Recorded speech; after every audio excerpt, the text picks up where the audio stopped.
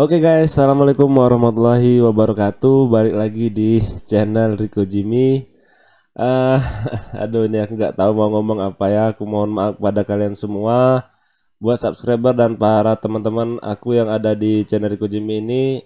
Aku mohon maaf semua karena sudah sangat lama sekali ya. Kira-kira sebulanan aku vakum di YouTube di channel Rico Jimmy ini, dikarenakan aku itu kemarin baru bikin apa ya, baru bikin PC, baru upgrade komputer ya di tempat kerja ini.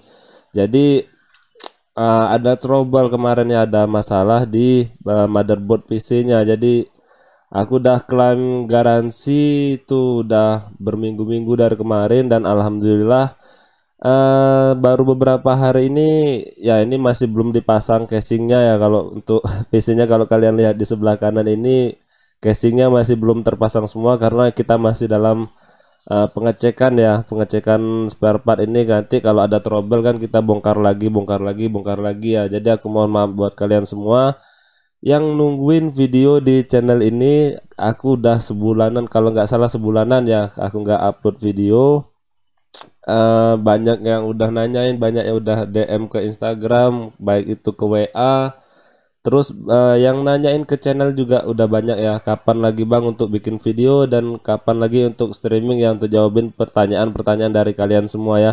Sekali lagi aku mohon maaf, dan buat yang order toko, aku mohon maaf juga karena ya kalian tahu sendiri ya, ini PC-nya masih belum dipasang ya casingnya. Kalau kalian lihat di sini kameranya nggak bisa aku cabut, nanti geser lagi ya. Oke ya, aku mohon maaf. Dan pada video kali ini, untuk menjawab pertanyaan dari kalian semua, ini spesial ya, karena banyak sekali dalam sebulan ini itu pembaruan-pembaruan dari bisnis online dropship. Jadi udah banyak yang tanya, bang bikinin video untuk dropship terbaru, yaitu kita bahas pada video ini, kita akan bahas masalah resi otomatis ya. Jadi buat kalian yang baru gabung, jangan lupa di like, subscribe jika video ini bermanfaat untuk kalian semua. Oke ya, kita akan bahas dulu pertama kali ya untuk masalah resi otomatis pada video kali ini. Untuk video-video sebelumnya aku juga udah buat pembahasan masalah resi otomatis ya. Udah banyak sih sebenarnya, udah tanya-tanya di live streaming juga sudah banyak.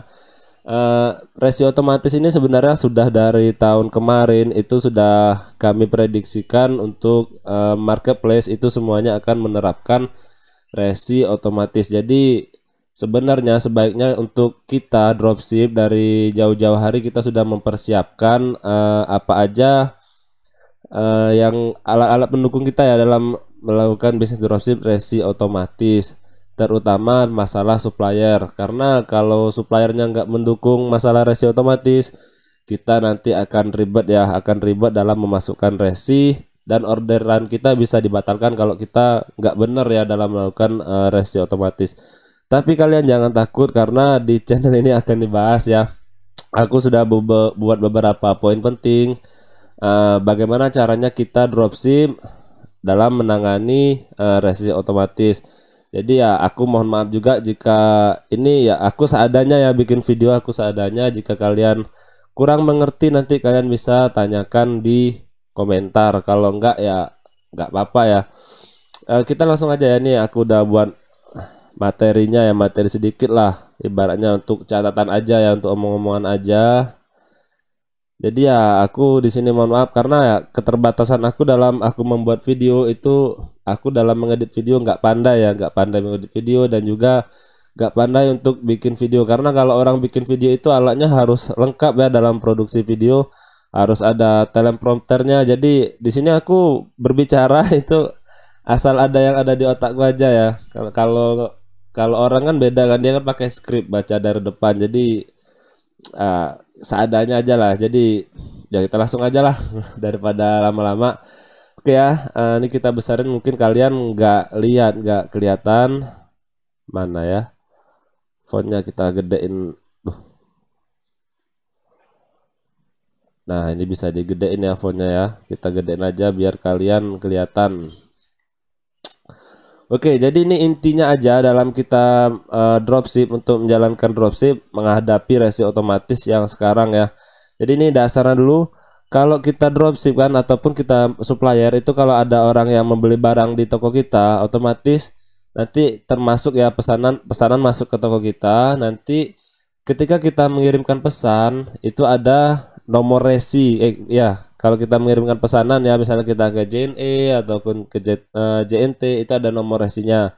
Itu kalau yang untuk manual. Nah, dan untuk sekarang bedanya resi otomatis dan manual ini aku jelasin dasarnya dulu. Kalau resi otomatis itu, dia ketika ada pesanan masuk ke toko kita, itu resinya langsung tertulis di pesanan kita. Mau kita antar sendiri ke JNE-nya ataupun ke JNT-nya ataupun minta pick up dari kurirnya itu sama aja.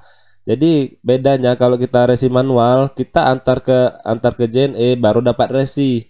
Nah, kalau untuk resi otomatis ketika orderan masuk ke toko kita itu nomor resinya udah keluar.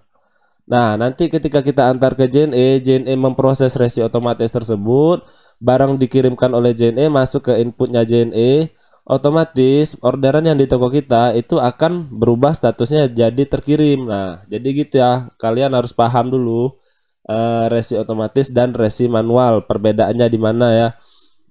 Oke, untuk cara dropship resi otomatis, sebenarnya kalau untuk sekarang masih banyak caranya, masih banyak nih aku udah rangkum ada 5 cara ya, ada 5 cara untuk resi otomatis.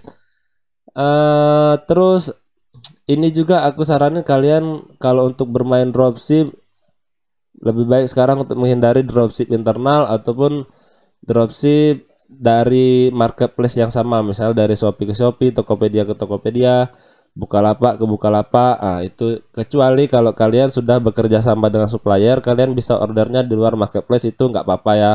Karena untuk sekarang agak riskan ya, agak berbahaya kalau kalian untuk dropship internalnya ya.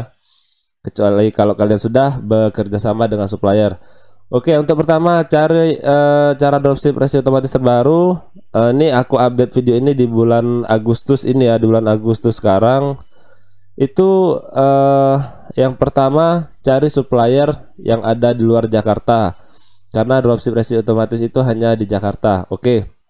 Yang pertama ini kalian kalau mau dropship tanpa resi otomatis itu masih bisa. Kalian harus cari suppliernya itu di luar dari Jakarta. Karena dropship yang resi otomatis itu JNE itu memperlakukan di Jakarta aja. Kalau di luar kota Jakarta, di luar provinsi Jakarta itu masih bisa untuk resi otomatis. Misalnya nanti masih bisa resinya resi manual, nggak resi otomatis. Misalnya supplier kalian Jakarta, nanti kalian bisa cari supplier yang ada di Surabaya ataupun di Bandung. Jadi gitu kan, terpaksa kalian harus mencari supplier yang masih bisa resi manual di provinsinya ya. Oke. Untuk yang kedua, merubah alamat toko di provinsi yang dekat dengan Jakarta, misalnya Bogor, Tangerang, Depok, Bandung ya. Oke, yang kedua ini caranya kalian harus merubah alamat toko kalian. Misalnya supplier kalian alamatnya di Jakarta, toko kalian yang kalian buat itu kalian bisa membuatnya di daerah misalnya Bogor, Tangerang, Depok ataupun Bandung ya, yang masih bisa support resi manual. Oke ya, jadi seperti itu ya.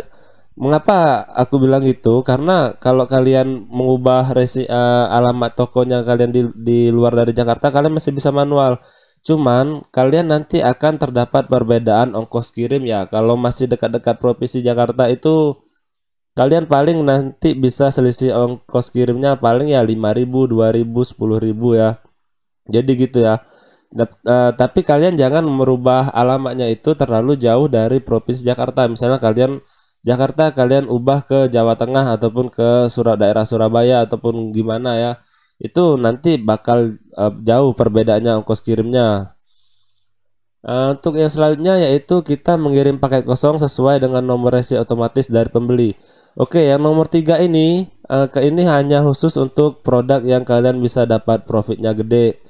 Misalnya satu produk itu kalian profitnya 200.000 ataupun 300.000. Nah, itu kalian bisa mengirim paket kosong sesuai nomor resi otomatis ya. Jadi kalian tetap order ke pembeli ke supplier, kalian orderkan ke supplier. Nanti supplier kan otomatis mengirimkan barang ke pembeli kita ya. Termasuk alamatnya kita samakan dengan pembeli. Cuman kita nggak ngirim resi otomatisnya ke supplier. Kita mengirim paket kosong, tapi kita kirimkan sesuai dengan alamat pembeli dan resi otomatis yang terdapat di toko kita tersebut. Oke ya, ini nomor 3. Jadi prosesnya agak ribet, cuman ini untuk khusus produk-produk yang kalian misalnya jualnya harganya 1 juta, kalian jual 1.250.000, itu otomatis untungnya 25%, tapi kalian dapatnya gede ya, 250.000 kan gede kan. Kalau kalian nombok ongkir itu paling cuman kena ya paling 30.000, 20.000, 9.000 ya, 10.000 tergantung jaraknya juga ya. Oke ya, nomor 3 kalian paham ya, misalnya supplier kalian misalnya apa, mengirimkan pakai kosong ya, itu sudah nomor 3 sudah. Oke, maaf ya kalian bisa mengerti sendiri lah ya, ini intinya yang aku bilang tadi, kalian harusnya bisa mengerti sendiri maksud yang aku bilang tadi. Aku mohon maaf ya. Oke, untuk nomor 4-nya kita bisa ini yang lumrah dan yang umum dilakukan oleh para dropshipper sekarang, kita bisa chat CS marketplace-nya, kayak misalnya kita di Shopee, kita bisa chat CS Shopee ataupun kita bisa kirim email ke Shopee-nya ya. Misalnya ada orderan nih, ada orderan di toko kita misalnya toko di Shopee, ada orderan terus kita belanja di Tokopedia tanpa kita memberikan resi otomatis, itu masih bisa dilakukan ya. Otomatis kan beda kan, resi otomatis yang toko kita di Shopee dan resi otomatis yang toko kita di Tokopedia itu pasti beda. Nah, caranya nanti kalian order dulu ke Tokopedia-nya. Nanti kan udah keluar resinya dan status produknya udah berubah jadi terkirim di Tokopedia. Kalian ambil resinya yang di Tokopedia, kalian bisa chat ataupun kirim email ke CS Shopee-nya ya. Kalian kirim dengan kata-kata misalnya mohon maaf untuk CS Shopee ataupun siapa ya nanti ya, mohon maaf saya dropship dengan resi otomatis, saya minta tolong untuk input resi dengan nomor resi otomatis yang dari kita belanja ke supplier tadi, tapi dengan syarat produknya sudah terkirim oleh supplier. Nanti otomatis resinya itu akan dilacak oleh pihak adminnya. Itu akan dilacak oleh pihak adminnya. Nanti kalau misalnya produknya belum terkirim, itu nggak bisa diinput karena ya nanti kita bisa dibilang penipuan ya.